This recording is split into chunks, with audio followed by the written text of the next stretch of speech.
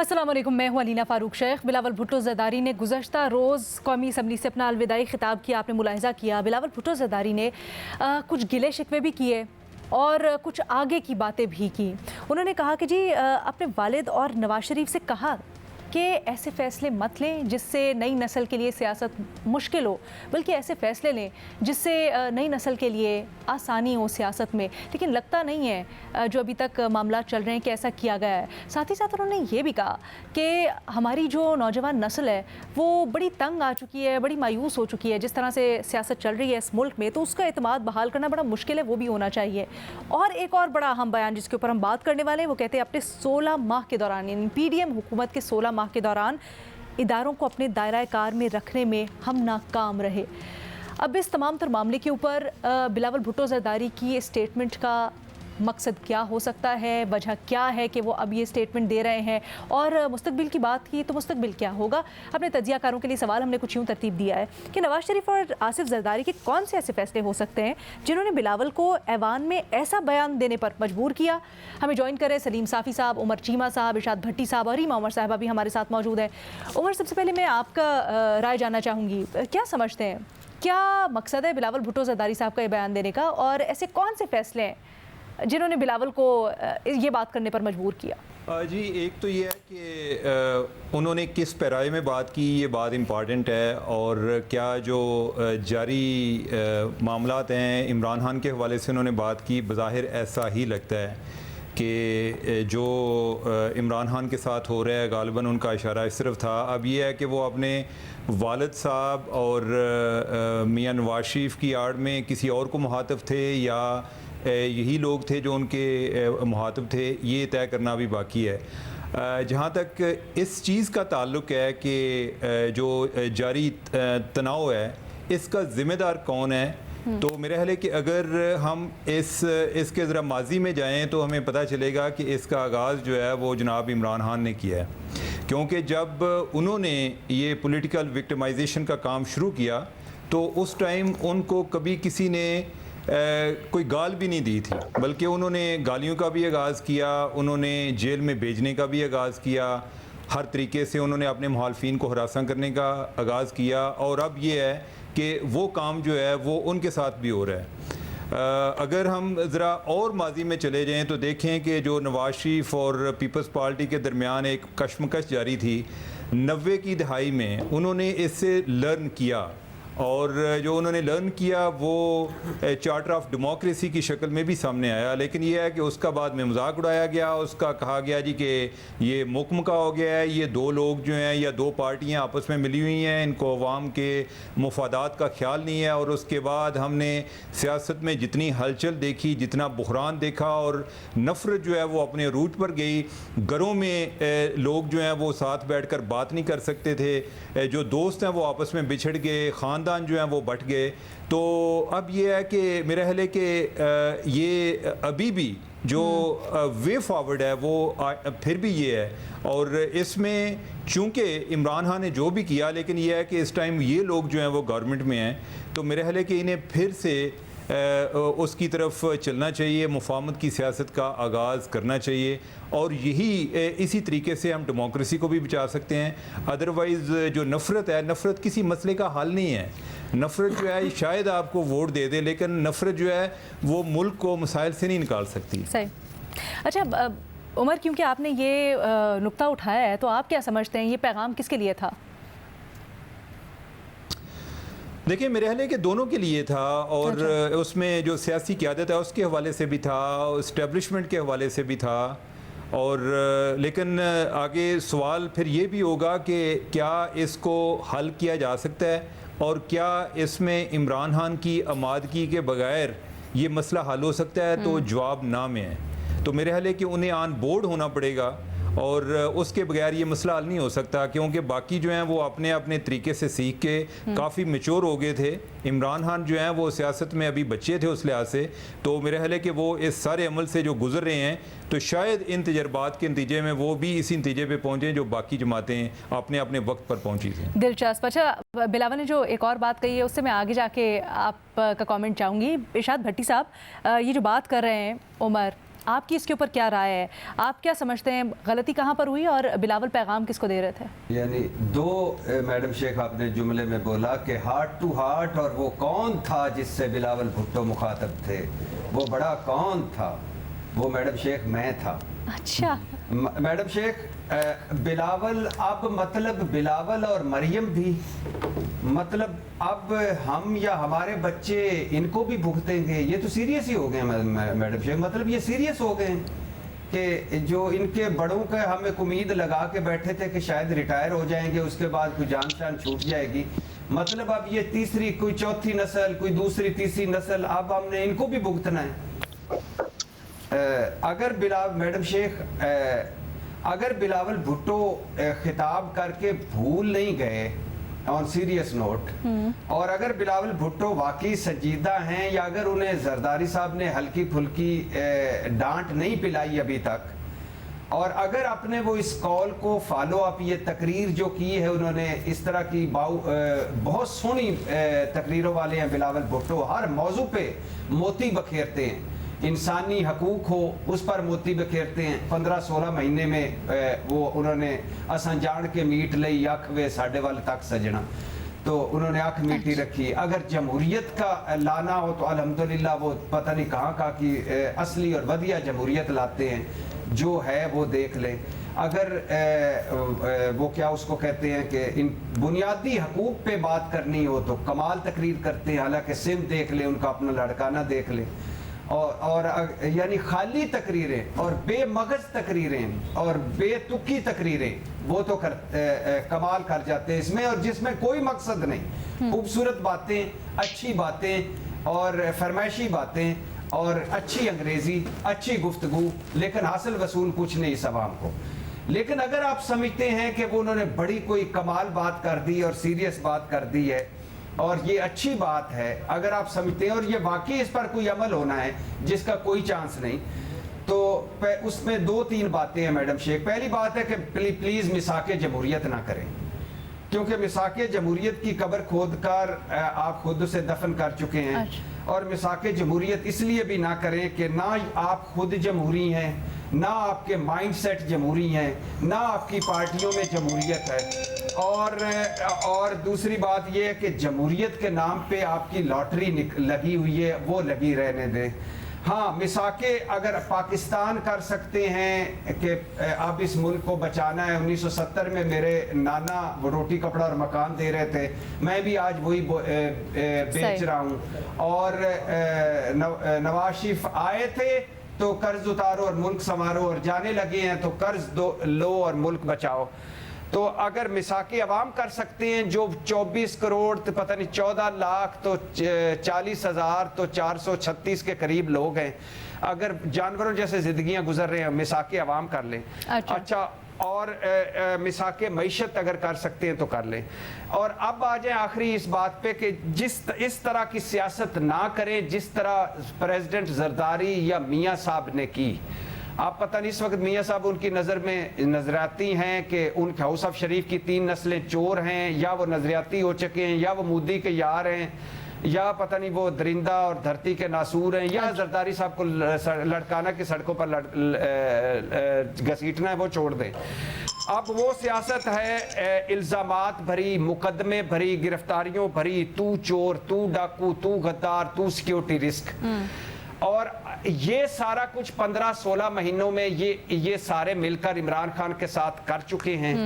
उसी की बात कर रहे हैं कि वो भी रवैया बदलें और हम भी आज अपने रवैया बदलते हैं। हमने भी बड़ा उनको अटक तक पहुंचा दिया, अटक जेल तक, और अटक जेल तक उनका पहुंच गया। अब जो वो बात कर रहे हैं कि लोग नहीं मान रहे, ग्राउंड रियलिटीज पे लोग नहीं मान रहे, हमारे साथ नहीं खड़े हुए। जो नौजवान है, खास तौर पे जो पाकिस्तान का वोटर है, वो साथ नहीं खड़ा हुआ।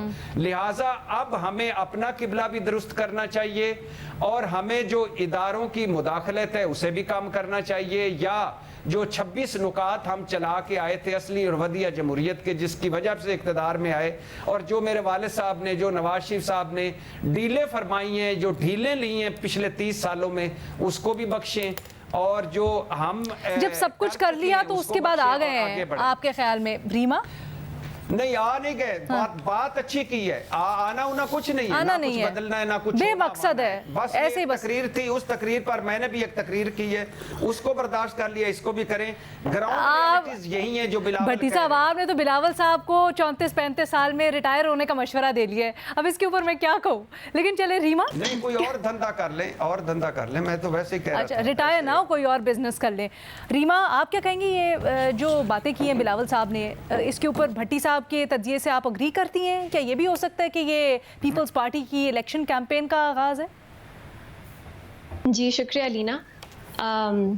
अगर मैं बिलावल की जगह होती तो मैं ये बात किस कॉन्टेक्स्ट में करती, किस मकसद के लिए करती, मैं उस पर बात कर सकती हूँ। मुझे नहीं मालूम उनके जहन में क्या चल रहा है, उनकी आपस में इंटरनल पार्टी में क्या इश्यूज चल रहे हैं, क्या रिफ्ट्स हैं, किस बात पे डिसएग्रीमेंट्स होती हैं, मैं उससे वाकिफ नहीं हूँ। लेकिन मैं अपनी बात कर सकती हूँ, क्योंकि उन्होंने जो एक चीज़ जिसका जिक्र किया कि हमारा मकसद था कि हर इंस्टीट्यूशन, हर इदारे को अपने दायरे में रह के काम करना चाहिए, उसमें हम फेल हुए हैं।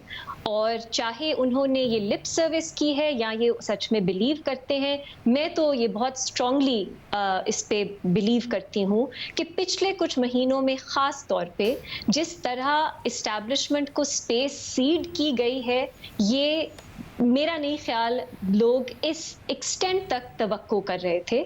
और ये जो हुआ है इसकी इन द नियर फ्यूचर मुझे नहीं समझ आ रहा कि ये रिवर्स किस तरह होगा। अगर आपने जमहूरियत की बात करनी है, मैं ये 2 डिस्क्लेमर्स देती चलूं कि पाकिस्तान में सियासत करना बहुत मुश्किल है और पाकिस्तान में इस्टेब्लिशमेंट के रोल को थोड़ा पीछे करना वो भी बहुत मुश्किल है। आपको बहुत ज़्यादा नेगोशिएशन, कॉम्प्रोमाइज़ करने होते हैं और यही एक रीज़न है जिस इनसिक्योरिटी में सियासतदान ऑपरेट करते हैं। हमने देखा प्रोजेक्ट इमरान खान जो है, जिस तरह वो लाया गया, सियासतदान आपस में अगर मिल जाए तो एक और फोर्स तैयार कर ली जाती है कि किसी ना किसी तरह जमहूरियत को वीकन किया जाए। ये भी होता है इस मुल्क में।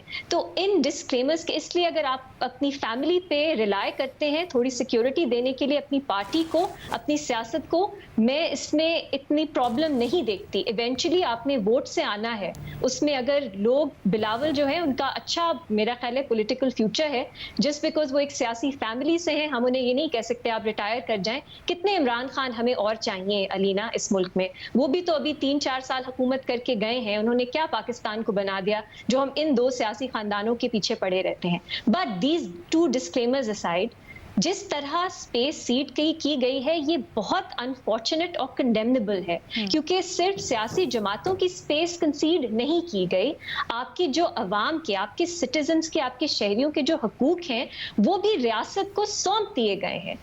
मैं ये कहती हूँ अगर इनके पास नंबर पूरे होते, ये आइन में कॉन्स्टिट्यूशनल अमेंडमेंट करके फंडामेंटल राइट्स का जो चैप्टर है वो ही निकाल देते, जो पाकिस्तान में पहले डी फैक्टो होता है, आम चलता जाता है, हमें पता है, हम उसकी मजम्मत भी करते हैं, कभी कभी अदालतों में चैलेंज भी हो जाता है। इन्होंने उसको लीगल कवर दे दिया है, चाहे वो मईशत हो, आपकी डेवलपमेंट हो, आपकी अदलिया का निज़ाम हो, आपने ये कुछ दे दिया है। अब हम इलेक्शन में भी देख रहे हैं कि क्यों इलेक्शंस डिले हो रहे हैं। बहुत सी ऐसी चीजें होती हैं लीना जो ठीक है, कुछ एक नया इक्विलिब्रियम की हम तलाश में थे, ये जो पाकिस्तान में पिछले 6-7 साल से हो रहा है उसमें क्लोजर की तरफ आना था, लेकिन उसमें भी इस एक्सटेंट तक जाना, ऐसे इकदाम उठाना जो एक परमानेंट शक्ल है जिनकी, ये जो लेजिस्लेशन है ऑफिशियल सीक्रेट्स एक्ट की, आर्मी एक्ट में जो अमेंडमेंट की गई है, इसके अलावा और भी हम देख रहे हैं, बल्कि आपने तो रिलीजियस फार राइट ग्रुप्स हैं उनको भी अपीज किया है जाते जाते। इन सब चीजों को अगर आप देखें तो ये कैसे, आपने सुना है लीना कि पाकिस्तान में कानून जो है वो रिपील होता है, या जो अमेंडमेंट्स हैं जो अब आप रियासत को एक दफा इख्तियार दे दें, और वो इख्तियार इसका नहीं कि वो वेलफेयर करें, रियासत को आप इस तरह के इख्तियार दें कि वो सिटीजन्स के जो हकूक हैं, उनके राइट्स हैं, उन पे क्लैप डाउन कर सके, तो फिर ये रियासत वापस आपको नहीं लेने देती। पाकिस्तान में कवानीन बहुत बनते हैं, उनको रिपील करना बहुत मुश्किल होता है। तो ये जो परमानेंट नेचर की आपने सीट की है स्पेस, इसके लिए कौन अकाउंटेबल है अलीना? और आपने जो एक नाम हम लोग कभी सुनते थे इस मुल्क में अकाउंटेबिलिटी होगी, वो अब आपका ऑब्जेक्टिव वो कहाँ गया? अकाउंटेबिलिटी तो खत्म ही हो गई। अब सिर्फ अकाउंटेबिलिटी यहाँ हो रही है एक सियासी जमात के वर्कर्स की और उनके सपोर्टर्स की, और उसको मैं अकाउंटेबिलिटी तो नहीं कहूंगी, वो एक परसिक्यूशन हो रही है उनके साथ। तो ठीक है, अगर इसको आप ओवरऑल देखें अलीना, तो मैं तो ये कंप्लेन करूंगी, इसका कसूरवार कौन है? सब मिलके ही हैं। बिलावल भुट्टो साहब खुद नेशनल असेंबली के एक मेंबर हैं, तो उनकी क्या राय है? क्या उन्होंने वोट दिया है इन सब बिल्स के लिए? क्योंकि नाम जब तारीख में जाएगा तो वो नेशनल असेंबली का हिस्सा होंगे जिनके टेन्योर में ये सारे कवानीन जो हैं ये पास हुए।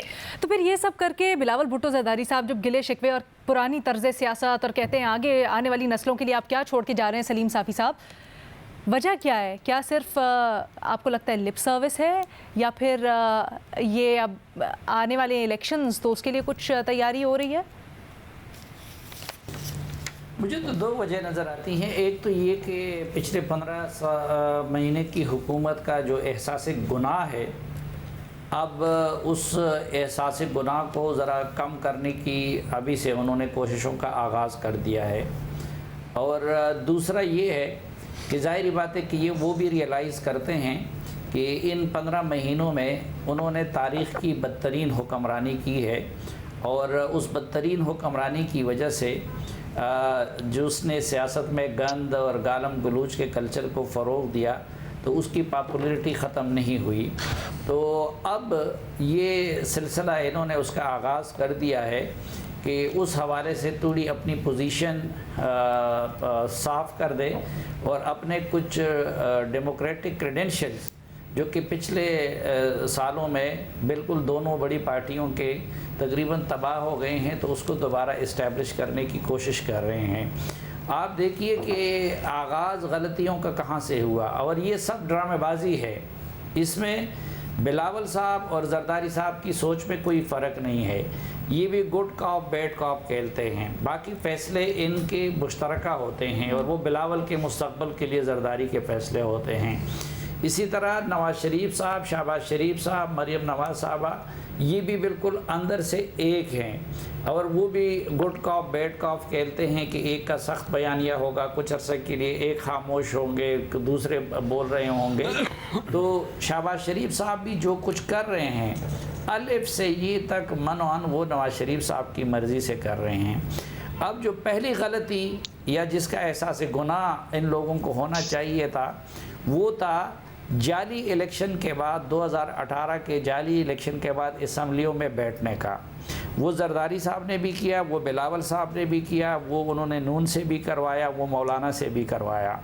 और उस दौरान भी इनको सिंध की हुकूमत इस्टेब्लिशमेंट के साथ डील के नतीजे में मिली थी, जिसके नतीजे में इन्होंने वो कर दिया, सादिक संजरानी साहब को चेयरमैन सेनेट भी बना दिया रज़ा रब्बानी के मुकाबले में। दूसरा गुनाह जो इनसे बहुत बड़ा सरजद हुआ वो ये था कि जब इनको मार पड़ी और कुछ एहसास हुआ, सब जेलों में चले गए, तो इन्होंने पीडीएम बना दिया। और पीडीएम से ये तवक्को थी कि अब वो कोई सिविलियन बालादस्ती के लिए या सिविलियन के लिए कोई स्पेस क्रिएट करने में एक मौसर तहरीक साबित होगी। लेकिन बिलावल साहब और उनके वालिद साहब ने उस वक़्त की इस्टेब्लिशमेंट से डील कर ली, अपने लिए सहूलतें ले ली और पीडीएम को तोड़ दिया। दूसरा गुनाह वो था। तीसरा जो बड़ा गुनाह जो इन सब ने मिल के मुत्तफ़िक़ा तौर पर किया, वो इमरान खान की रुखसती के बाद हुकूमत संभालने का था। क्योंकि भाई जब आप जिस असम्बली को जाली कहते हैं, और वो असम्बली थी भी जाली, हर पैमाने पर आप उसको मापे तो वो जाली असम्बली थी, तो उनको उस जाली असम्बली को कंटिन्यू नहीं करना चाहिए था। लेकिन इक़्तिदार की लालच में इन सब ने उसको कंटिन्यू किया, और फिर ऐसा कंटिन्यू किया कि एक एक वजारत पे लड़े, एक एक महकमे पे लड़े। और इस दौरान आपने देखा कि तारीख़ की सबसे बड़ी काबीना थी, और करप्शन की भी बदतरीन मिसालें कायम हुई। खैबर पख्तूनख्वा में इन्होंने निगरान हुकूमत बनाई, एक पार्टी ने अपने ATMs दिए, दूसरे ने दूसरे ATMs दिए, तीसरे ने तीसरे ATMs दिए। और अब एक इजाफी मेरे ख्याल में जो बिलावल साहब को एहसास हो रहा है वो ये भी है कि जिस काम के लिए उनकी पार्टी मशहूर थी, उसमें मौलाना साहब की JUI उनसे सबकत ले गई है। कौन सा? तो अब उस हवाले से भी 2 नंबर पे आ गई है। اور اقتدار اگر مستقبل میں اس کا ہما کسی کے سر بیٹھتے تو اس میں بھی پیپلز پارٹی پہلے نمبر پہ نہیں دوسرے نمبر پہ ہے. اس لیے اب وہ عوام کی نظروں میں اپنی کچھ پوزیشن بحال کرنے کے لیے, کیونکہ اس دوران ان لوگوں کی وجہ سے اسٹیبلشمنٹ اپنی سپیس کئی گنا زیادہ بڑھا چکی اور پولیٹیکل فورسز کا سپیس کم ہو گیا. اسی طرح میڈیا میں بھی میڈیا کی آزادی کا سپیس کم ہوا اور ان کا سپیس بڑھ گیا, اور ظاہری بات ہے اور کہ آپ کے خیال میں سیاسی جماعتیں برابر کی ذمہ دار ہیں. بلاول ان سب کو ذمہ دار قرار دے گا. اچھا, ایک چھوٹی سی بریک.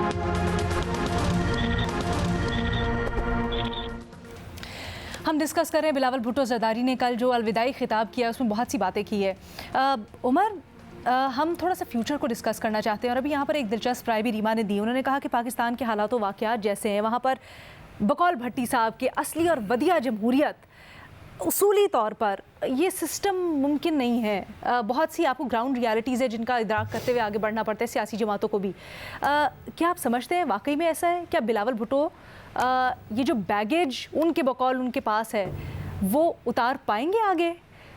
اور تھوڑا اسپیسیفک بھی میں آپ سے ہو جاتی ہوں, آگے جا کے اس کو تو آپ الیبوریٹ کریں گے, but caretaker setup کے طویل ہونے سے متعلق بڑی باتیں ہو رہی ہیں, تو آپ کو کیا لگتا ہے کہ بلاول صاحب اس کی بھی کسی نہ کسی طرح جسٹیفیکیشن دے رہے تھے اپنے اس خطاب میں؟ دیکھیں, جہاں تک بیگیج کی بات ہے نا, جو آپ جو ان کو ایک ایڈوانٹیجز ہیں پاکستان میں, نہ کاروبار کرنا آسان ہے, نہ سیاست کرنا آسان ہے, کچھ بھی کرنا آسان نہیں ویسے بائی دا وے. تو اب یہ ہے کہ سیاست میں اگر کسی کی کوئی بیک گراؤنڈ نہ ہو تو اس کے لیے اس کو بڑے پر تولنا پڑتے ہیں. بلاول بھٹو کو جو ایک لیگسی ہے ان کی, ایک یعنی کہ ان کے نانا, دادا, والدہ یا آگے والد, تو اب یہ ہے کہ اگر کوئی ان کے پارٹ پر کوئی شارٹ کمنگس تھیں تو وہ بھی ان کو ساتھ لے کر چلنی پڑتی ہیں. یعنی کہ وہ اپنے آپ کو اس چیز سے ڈس ایسوسیٹ نہیں کر سکتے کہ وہ آصف زرداری کے بیٹے ہیں. اگر آصف زرداری کے انہیں ایڈوانٹیجز ہیں تو ڈس ایڈوانٹیجز بھی ہیں. جو بھٹی صاحب نے بات کی ہے کہ یہ جو موروثی سیاست ہے یہ ایک فیکٹر جو ہے وہ ڈیفینیٹلی یہ امپورٹنٹ ہے. انفارچونیٹلی اس میں اسٹیبلشمنٹ کا بھی بڑا رول ہے. جب آپ کوئی بھی لیڈرشپ کو ایک غیر فطری طریقے سے ختم کرنے کی کوشش کرتے ہیں تو اس کا نتیجہ یہ نکلتا ہے کہ لوگ ان کی جو غلطیاں وہ بھول جاتے ہیں, اور لوگوں کی ان کے ساتھ ایک اٹیچمنٹ ہو جاتی ہے, اور انہیں لگتا ہے کہ اصل میں پرابلم اس پارٹی کے ساتھ نہیں ہے بلکہ پرابلم اس شخصیت کے ساتھ ہے, اور اس شخصیت کا پرتو آگے جس میں نظر آتا ہے وہ اس کے پیچھے چل پڑتے ہیں.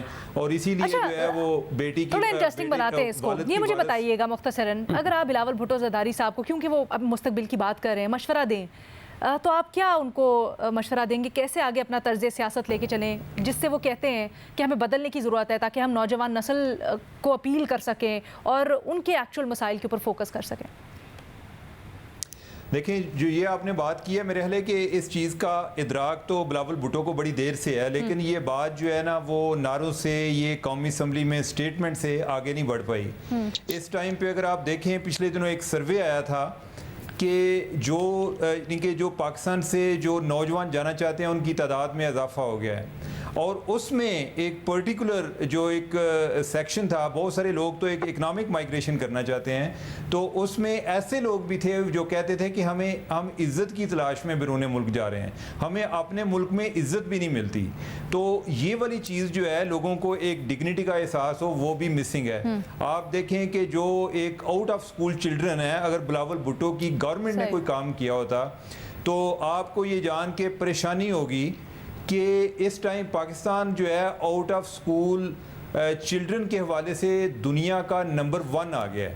یعنی کہ یہ پہلے نمبر 2 پہ تھا, اب یہ نمبر 1 پہ آ گیا ہے. اگر صرف اسلام آباد کی بات کریں, میں کہیں پسماندہ علاقوں کے دور کی بات نہیں کر رہا, میری آج ہی کسی سے بات ہو رہی تھی کہ اسلام آباد میں کوئی جو وہ آؤٹ آف اسکول چلڈرن جن کو وہ انرول کرنا چاہ رہے ہیں وہ تقریباً 78,000 ہو چکے ہیں. یعنی کہ ان کی جو پہلے جو ویسے ایک اسٹیٹسٹکس ہیں وہ 25-26,000 بتاتے ہیں, لیکن ان کا یہ خیال ہے کہ یہ 1 لاکھ سے زیادہ اسلام آباد میں ہیں.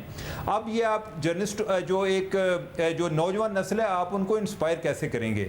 وہ آپ جو ہے ان کو کوئی نہ کوئی ایک پوزیشن دے کے آپ ان کے ساتھ پاور شیئرنگ کر کے کریں گے. اب ہوتا کیا ہے کہ ادھر جو ہے ایک خاندان جو بھی مسلط ہوتا ہے، یعنی کہ آپ دیکھ لیں کہ شریف خاندان کی اگر بات کر لیں تو سب سے پہلے جو فلنگ ہوتی ہے ویکنسیز کی وہ اپنے خاندان کے اندر سے ہوتی ہے، وہ باہر سے نہیں ہوتی۔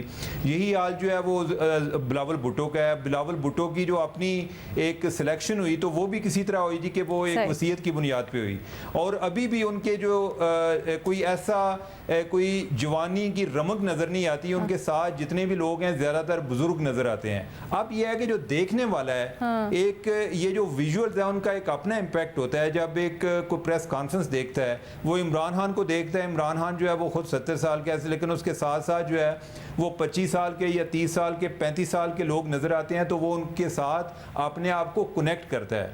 اگر جو ہے آپ نون لیگ کا دیکھ لیں، آپ پیپلز پارٹی کا دیکھ لیں، تو سب بزرگ کھڑے ہوتے ہیں اور ان کا ریٹائر ہونے کا کوئی پلان نہیں ہے، اور وہ اپنے سے زیادہ اگر ان کی اپنی فیملی سے اگر کوئی ان کو وراثت نہ ملے، یعنی کہ کوئی وارث نہ ملے، تو پھر جا کے وہ شاید کسی اور کے بارے میں سوچیں۔ ادروائز یہ ہے کہ یہ جو وراثتی نظام ہے یہ ان کے لیے سب سے بڑا چیلنج ہے، اور اس کے لیے اگر وہ کوئی ایک لیڈنگ پوزیشن پہ کوئی اپنی آؤٹ آف فیملی جب تک نہیں دیں گے، لوگوں کو احساس نہیں ہوگا، جب تک آپ نوجوانوں کے مسائل حل نہیں کریں گے، ان کا اس ٹائم مسئلہ کیا ہے؟ سب سے بڑا بیروزگاری کا مسئلہ ہے۔ آپ جو ہے اتنے لوگ آپ نے تیار کیے ہیں، آپ ان کو کوئی پروفیشنل ایجوکیشن دیں اور ان کو باہر بھیجیں، آپ کا وہ بھی نہیں ہے۔ ادھر سب نے ایم اے کیا ہوا ہے، بی اے ایم اے کیا ہوا ہے، لیکن یہ ہے کہ ان کے پاس اسکل سیٹ نہیں ہے، اور ایونچولی وہ باہر جا کر بھی ان کے لیے کوئی ایسی اپرچونٹیز کریٹ نہیں ہوتی، نہ پاکستان میں کریٹ ہوتی ہیں۔ ایک ہی ایک جگہ ملتی ہے، وہ ہے پبلک سیکٹر۔ پبلک سیکٹر میں ساری بھرتیاں سفارش پر ہوتی ہیں، اور اس سے سسٹم کی طرف میں یہی سوال سلیم صافی صاحب کی طرف لے کے جانا چاہتی ہوں۔ مستقبل کی بات ہو رہی ہے، آپ کیا ایک تو بلاول بھٹو صاحب سے ایکسپیکٹیشن ہے آپ کی کہ وہ کیا ڈیلیور کر سکتے ہیں، اور کیا آپ کو لگتا ہے ان کو کرنا چاہیے، بیگیج کو چھوڑ پائیں گے وہ اپنے؟ ممکن بھی ہے نہیں، شروع میں تھی کچھ ہمیں ایکسپیکٹیشن کہ شاید وہ پیپلز پارٹی کے کلچر میں کوئی تبدیلی لے آئیں گے، لیکن انہوں نے بالکل اپنے والد صاحب کے نقش قدم پہ چلنا ضروری سمجھا، بلکہ والد صاحب میں پھر جو کچھ خوبیاں تھیں وہ بلاول صاحب میں وہ خوبیاں بھی نہیں ہیں۔ مثلا زرداری صاحب اس خامیوں کے ساتھ ان کا سینہ بڑا کشادہ تھا، وہ لوگوں کو برداشت کرتے تھے، وہ اختلاف کرنے والوں کو برداشت کرتے تھے۔ بلاول صاحب میں وہ چیز بھی نہیں ہے جو زرداری صاحب میں تھی کہ لوگوں کو اپنے ساتھ ایکوموڈیٹ کریں۔ ابھی آپ نے دیکھا ہوگا کہ ان کے پارٹی کے بہت سینئر لوگ جو ہیں وہ ان سے ناراض ہیں۔ دوسرا مثلاً یہ تھا کہ یہ ایک المیہ بن گیا ہے کہ پیپلز پارٹی عملاً سندھ کی جماعت بن گئی ہے، اور ان کا سارا دلچسپی وہ سندھ کے گرد گھومتی ہے۔ مسلم لیگ نون قومی جماعت ہے، لیکن عملاً اس کی ساری سوچ قیادت کی وہ پنجاب کے گرد گھومتی ہے۔ تو ہمیں یہ توقع تھی کہ بلاول صاحب جو شروع میں انہوں نے گلگت بلتستان ادھر ادھر توجہ دی کہ وہ پیپلز پارٹی کو دوبارہ قومی جماعت بنا لیں گے، لیکن بدقسمتی سے ان کی سوچ بھی سندھ پہ اٹک کے رہ گئی ہے۔ اور ابھی مثلاً آپ دیکھیں کہ اپنی حکومت میں تو جو کچھ کیا، تو ادھر ایک ٹرم استعمال ہوتا ہے نظام کا، سسٹم کا، کہ سسٹم۔ تو آج کل پیپلز پارٹی کی قیادت اس میں لگی ہوئی ہے کہ نگران حکومت تو آ جائیں، چہرے تو بدل جائیں، لیکن وہ جو سسٹم ہے، اور سسٹم کے معنی سندھ کے لوگ جانتے ہیں، تو وہ کنٹینیو رہیں۔ تو نہ انہوں نے پیپلز پارٹی کو سندھ سے نکالا، بلکہ ان کے آنے کے بعد پیپلز پارٹی مزید سندھ تک سکڑ گئی۔ اسی طرح نون لیگ پنجاب سے نہیں نکل سکی، اور انہوں نے سر یہ دلچسپ رائے ہے۔ سر مجھے اس کے اوپر ذرا مختصر ہاں یا نہ میں جواب دیجیے گا۔ آپ مجھے بتائیں کیا موروثی سیاست، سر ایک سیکنڈ نا، کیا موروثی سیاست پاکستانی حالات و واقعات کی مجبوری، سیاسی جماعتوں کی مجبوری؟ میں مطلقاً موروثی سیاست کو برا نہیں سمجھتا۔ اگر وراثت پانے والا اپنے آپ کو زیادہ اہل ثابت کر دے، کوالیفائی ثابت کر لے، لوگوں کا اعتماد حاصل کر لے، تو یہ صرف بر صغیر میں نہیں، امریکہ میں بھی آپ کو، لیکن آپ کو یہاں پر وہ اس کی جھلک آتی نہیں ہے۔ لیکن میں جو غلطی بتا رہا تھا جی سر، کہ انہوں نے دیکھ کے بلوچستان کو بالکل بلا دیا ہے، دونوں پارٹیوں نے اس کو اسٹیبلشمنٹ کے سپورٹ کیا ہے، اور ہمارے خیبر پختونخوا کو انہوں نے مولانا کے سپرد کر دیا ہے، تو ایک قومی جماعتوں کے لیے یہ تقسیم جو ہے یہ بہت خطرناک ہے، اور قومی جماعت کو قومی جماعت ہونا چاہیے تھا، جس کو کرنے میں یہ لوگ ناکام ہو گئے۔ اچھا ریما، آپ جواب دینا چاہیں گی اس چیز کا؟ علینا، میں تو بہت بار اس پہ اپنا موقف دے چکی ہوں، آج بھی اس پہ میں نے بات کی۔ جب ہم جمہوریت کی بات کرتے ہیں تو ہمیں لگتا ہے کہ صرف سیاسی جماعتیں ہی ہیں جو رسپانسبل ہیں جمہوری رویوں کے لیے، جمہوریت کو جو ہے ملک میں لانے کے لیے۔ میں اس سے بھی اگری نہیں کرتی۔ سیاسی جماعتیں ایک ایسپیکٹ ہیں جمہوریت کا، لیکن اس کے علاوہ بہت سے اور بھی فیسٹس ہوتے ہیں، بہت سے اور بھی پلیئرز ہوتے ہیں جو ایک ملک کو جمہوری بناتے ہیں۔ اس میں فار ایگزامپل میڈیا بھی شامل ہے۔ اب آپ خود دیکھیے کہ ہمارے میڈیا میں کتنے لوگ ہیں وہ دن رات جمہوریت کی تنقید تو کرتے ہیں، لیکن کیا وہ خود جمہوریت کو سپورٹ کرتے ہیں؟ جب عمران خان صاحب لائے جا رہے تھے، جب ایک کے بعد ایک باقی جو سیاسی جماعتیں ہیں ان کے خلاف صحیح تھے، انہیں نااہل کیا جا رہا تھا، میڈیا کا کیا رول تھا؟ ہم نے اکثر دیکھا ہے کہ میڈیا نے بہت ایک بڑا سیگمنٹ ہے جو غیر جمہوری کنڈکٹ کو، غیر جمہوری فیصلوں کو، غیر جمہوری رویوں کو سپورٹ کرتا ہے۔ تو اگر ملک میں آپ کا جمہوریت کی، وہ ہم اپنے شو میں بھی ہم دیکھتے ہیں کہ علینا آپ کے پاس آپشنز کیا ہیں، آپ نے اس میں سے ہی چننا ہے نا۔ ابھی تو ہم اس ڈیبیٹ سے نہیں نکلے کہ کیا اس ملک میں جمہوریت ہمیں چاہیے بھی، یا جو ملٹری کا جو نظام ہے یا ڈکٹیٹرشپس ہیں وہ ہمارے لیے بہتر ہے۔ تو جب اس طرح کے آپ کی ڈیبیٹس ہو رہی ہوں تو اب اتنی جو باریکیاں ہیں کہ سیاسی جماعتیں کیسی ہیں، کیا ان میں ڈیموکریسی ہے کہ نہیں، وہ تو بعد میں آئیں گی۔ پہلے یہ فنڈامنٹل سوال جو ہیں ان کو تو ایڈریس کرنا ضروری ہے۔ اس میں تو کوئی یونانیمٹی اچھا، وقت کی واپس کمی ہے، بھٹی صاحب کا پوائنٹ آف ویو بھی ٹھیک ہے۔ ارشاد بھٹی صاحب۔ میڈم شیخ، دو تین باتیں صرف۔ ایک تو پتہ نہیں میں نے کب کہہ دیا کہ ریما صاحبہ کو پتہ چل گیا کہ ہمیں عمران خان چاہیے۔ نہیں، ہمیں عمران خان نہ بھی ملے مگر کوئی جینون آدمی مل جائے، جمہوری، جو واقعی جمہوریت پر یقین رکھتا ہو، جس کی تقریروں میں صرف جمہوریت نہ ہو، وہ چاہیے۔ دوسری بات یہ کہ دو خاندانوں کے پیچھے میں نہیں پڑا ہوا ریما صاحبہ، یہ دو خاندان میرے پیچھے پڑے ہوئے ہیں، میرا پیچھا ان سے چھڑائیں تاکہ میں کوئی اور کام ڈھنگ کا کر سکوں۔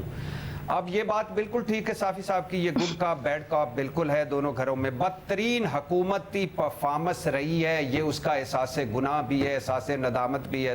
صافی صاحب کی بالکل بات ٹھیک ہے۔ متوقع وزیر اعظم جس کے لیے تہ و بالا کر چکے ہیں سارا کچھ زرداری صاحب، ہر چیز کو، اس کی الیکشن مہم کی ابتدا بھی ہو سکتی ہے۔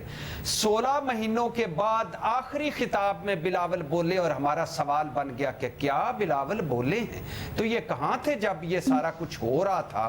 ان کو اس وقت یاد نہیں تھا کہ میاں صاحب کی اور زرداری صاحب کی سیاست دوبارہ ہو رہی ہے؟ اس وقت تو یہ بڑے بڑھ چڑھ کے ہر بات کو سپورٹ کر رہے تھے۔ اور بلاول بھٹو صاحب کی جو پرفارمنس ہے اپنی حکومت کی، اس میں وہ ہے نا کہ الیکشن میں کس منہ سے جاؤ گے بلاول؟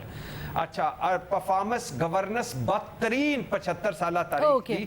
اور آخری بات میڈم شیخ کہ بلاول بھٹو کے ایک ترجمان ہوتے تھے مصطفیٰ نواز کھوکھر، کیا کس وجہ سے وہ ہٹ گئے؟ کیا قصور تھا ان کا؟ یہ ہے ان کی ٹوٹل جمہوریت۔ اور بلاول بھٹو میں کوالٹی ایک ہے کہ وہ بے نظیر بھٹو کے بیٹے ہیں، اس کوالٹی پر میں ان کو سر پہ بٹھا لوں۔ شاہ خان نے تھوڑی سے اختلاف کیا ہے ووٹ دینے کے حوالے سے، آپ ذرا پوچھیں ان کا جینا حرام کیا ہے پیپلز پارٹی کی قیادت نے۔ اچھا، پلوشا بھی لے لے ساتھ۔ تو مصطفیٰ نواز تو ترجمان اپنے تھے اور نوجوان تھے۔ بھٹی صاحب بڑا کم ٹائم رہ گیا، میں چاہتی ہوں جلدی سے جواب لے لیں۔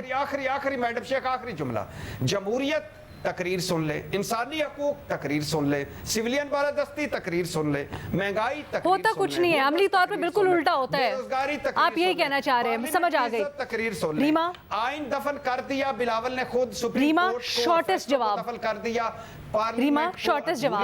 ابھی ٹھیک ہے بھٹی صاحب، آپ کا پوائنٹ آ گیا۔ چور کی داڑھی میں تنکا جو ہم کہتے ہیں، اس کی ہم نے ایک مثال دیکھی ہے اس شو پہ، میں نے تو کسی کا نام ہی نہیں لیا، لیکن پوائنٹ یہ ہے کہ ہم لوگ جب میڈیا پہ بیٹھ کے بہت سی چیزیں ہیں جو ہم کہتے ہیں وہ، لیکن جب جمہوریت اس میں مجھے عکاسی نہیں نظر آتی کہ ہمارا جمہوری رویہ ہے اور جمہوری سوچ ہے.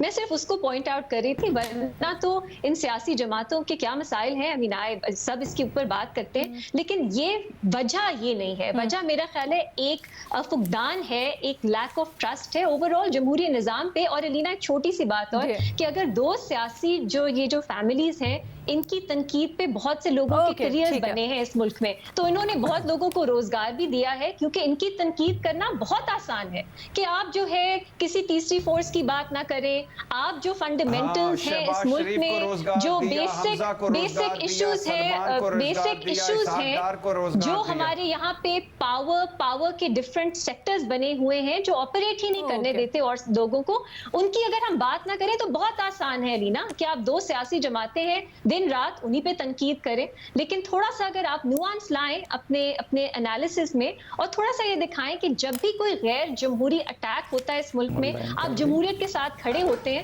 تو پھر میرا خیال ہے بہتر ہوگا، پھر ہی ہم آگے بڑھ سکتے ہیں. اوکے ٹھیک ہے جی، آج کے لیے اتنا ہی، اجازت دیں، اللہ حافظ.